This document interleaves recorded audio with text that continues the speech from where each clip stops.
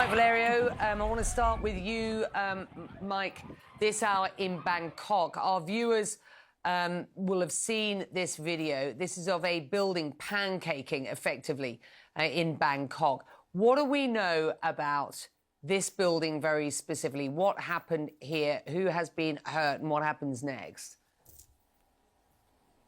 So we're looking in terms of where our reporting is going.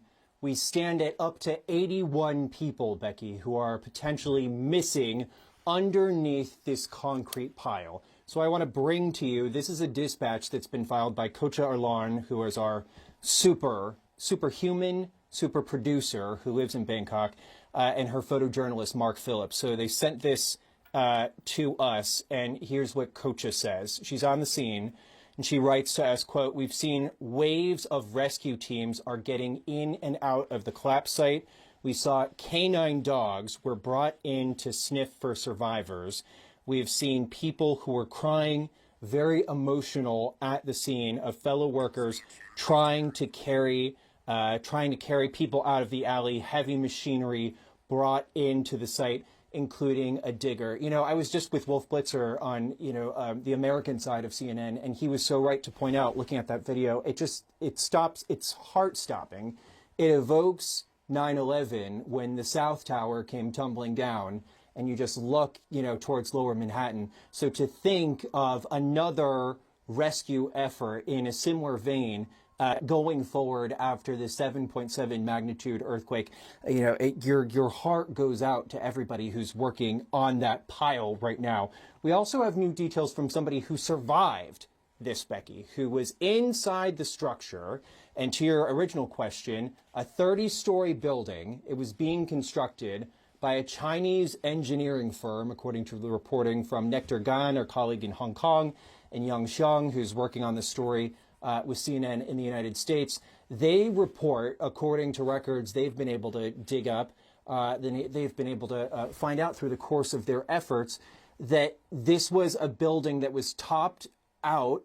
The structure was finished construction. It reached its height on March 31st of 2024, last year. And the finishing touches were being put on this structure, heralded by the social media postings of this Chinese engineering firm, and those posts have since been taken down. The person who was inside, though, said that he felt the shaking. He felt dizziness from the structure shaking, and he told everybody to run. And then he sees pieces starting to fall down, and then seconds later, he is barely out of there when the entire structure comes down around him. And he apparently went back to the site and is very emotional, just checking my notes here, knowing that members of his team are still missing. So we spend so much time, because Tom, our previous guest, the special rapporteur, was talking about Myanmar. This is certainly a center of gravity in this extremely cosmopolitan setting that has never seen anything like this in this generation. In the hours to come, certainly teams are going to be hoping for a miracle to pull people out of there. Yeah, absolutely. Mike and the team in the region, thank you. With us now is someone who saw that all happen, Jack Brown in Bangkok. Thank you so much for being with us. Just tell us what you experienced, Jack. Hi, John. Yes. So I left my office on the way to a client visit around about 2 p.m. and we were on the elevated expressway heading into central Bangkok. And around about 1:30, I thought perhaps one of the tires on my car had a leak or something, burst, because the car was sort of driving strangely. And I started to notice everyone around me on the expressway, even though it's a 4-lane expressway, people were slowing down, driving haphazardly through different lanes, pulling into the left, onto the hard shoulder, of which I did as well. And only realized when the car was actually stationary that, hang on a minute, this isn't a burst tire, this is an earthquake. And I noticed people getting out of their cars, everybody was looking around, bewildered. Couldn't quite make sense of it because earthquakes don't really happen in Bangkok. And since I've been living here for 10.5 years, I haven't experienced an earthquake here before or anything similar. So I think largely people didn't know what to do. And as we tried to make our way out of the congestion, the building that you'd seen in the video clip there had just collapsed, just came down right in front of us on the left-hand side. And my immediate thought process was that that's an active construction site. It's a big building, probably at least 30 stories, and it just came down within seconds. And I knew that there would be people in there working on it. And of course, it's tragic. I mean, latest reports, I think there are still over 80 people unaccounted for. Numerous people have died already. And no doubt there will be more fatalities. Very tragic. That building collapse, the video is extraordinary, and there is great concern. There are still people trapped underneath the rubble. I know that it's been very difficult to move about town since this earthquake. Have you seen other destruction, other things that other search areas into the city? I mean, ever since that happened at 1:30, it's now 4 minutes past 7 p.m. local time. We've just been in horrendous traffic, stuck in the city.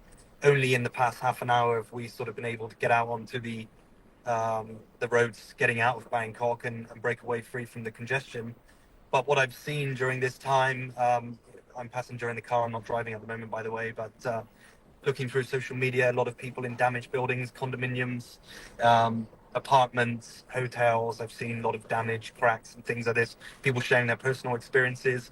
But what I noticed downtown Bangkok was everyone obviously vacated the high-rise buildings, shopping malls, hotels, offices and apartments in a hurry. People weren't prepared, weren't planned. You know, an earthquake was announced, everyone just came downstairs into the blazing heat, which is over 39 degrees centigrade.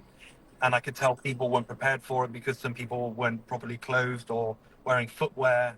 You know, I don't think people bought handbags, phones, and anything like this down. It was just sort of get down from those high-rise buildings as quickly as possible. And it stayed that way for the hours that we were congested in central Bangkok.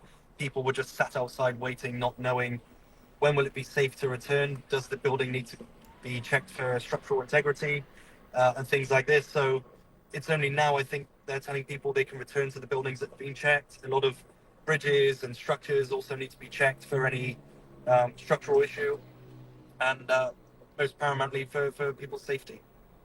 And if this is happening in Bangkok, where there's obviously more secure infrastructure, what are your concerns about Myanmar, which doesn't nearly have that level of infrastructure? I mean, I'm only seeing a lot of the news which is immediately in Thailand. I haven't managed to get onto social media much because I've been sort of sharing and driving and stuff. But I think, given the fact the epicenter was in Myanmar, that the damage must be absolutely devastating, and I'm sure it's affected so many people's lives. You know, I'm just wishing everyone pulls through, minimize fatalities.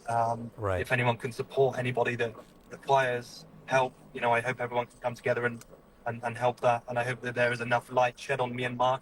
Sadly, Thailand is a big tourist destination. It might get more limelight than it does, more spotlight, than it does Myanmar. But I hope people are looking in and seeing how people are getting on there too. All right, listen, Jack Brown, please, you and yours, stay safe. Thank you so much for giving us this eyewitness account, this update from the ground of what's happening after this 7.7 magnitude earthquake. All the best.